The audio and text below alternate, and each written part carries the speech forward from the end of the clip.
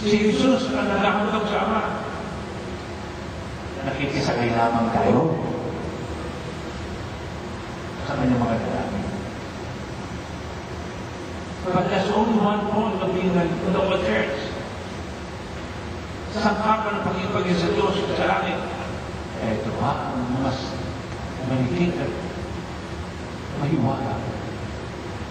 Sa simbahan, hindi lamang ang Diyos ang kaisa mo at kabahaginan mo. Horizontal naman. Paharap. Ang lahat ng mananampalataya sa loob ng simbahan ay makakaisa mo sa loob ng diocese. Hindi lang makikisa mo kung hindi may kabahaginan mo. You will share with your brothers and sisters only in the local church. Sa simbahan. Sa lokal. Diocese.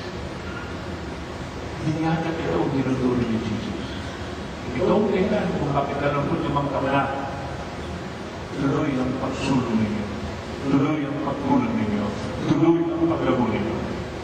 Binabas pa sa Diyos ang inyong pagsasama-sama sa pamumuno ng inyong obispo, kasama ka pa rin ang mga mahal at kapatid na nabiligod sa inyo. Sampuna ng mga lay people na tumutulong sa pagpapalaganap ng kapatilangan. Walang sala, sasabihin ko na sa inyo.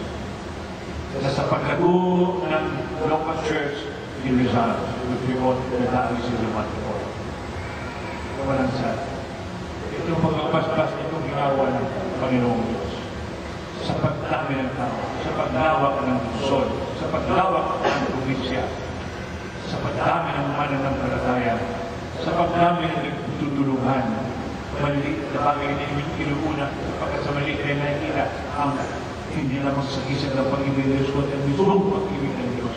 Walang sana na kung kanya ang nakakagilito ang buhay ng mananampalataya dito sa lugar dito ng probinsya ng Rizal na ngayon pinamumunuan ng Diocese ng Antipolo.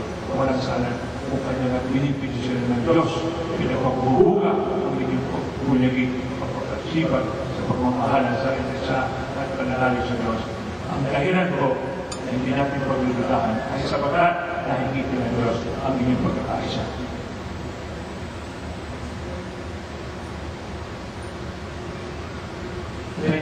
Years afterwards.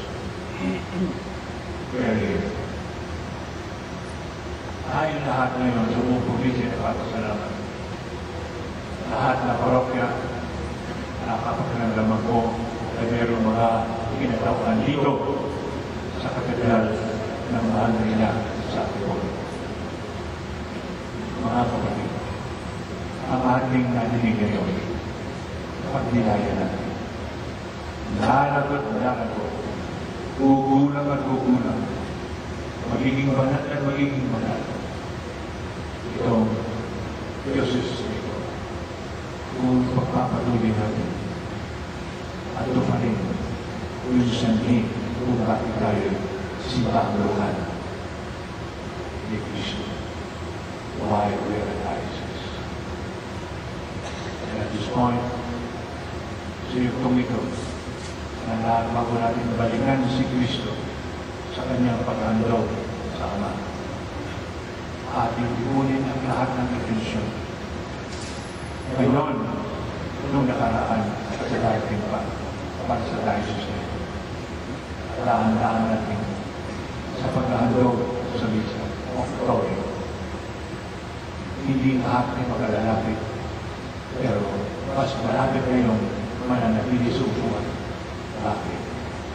Sa diwa, sa pag-iisip, sa intensyon ninyo, ilapit ninyo sa bisa. Yung inyong gusto, yung inyong bitihin, para lumawig pa ang buhay, lumaman, maging banal ang inyong diocese. Mga na kapatid kay Jesus, salamat na rin tayo. Purihin ang Diyos. Ngunit salamat sa inyo kay Isa, kay Cristo, sa loob ng inyong simbang mahal. Sa ngalan ng Ama,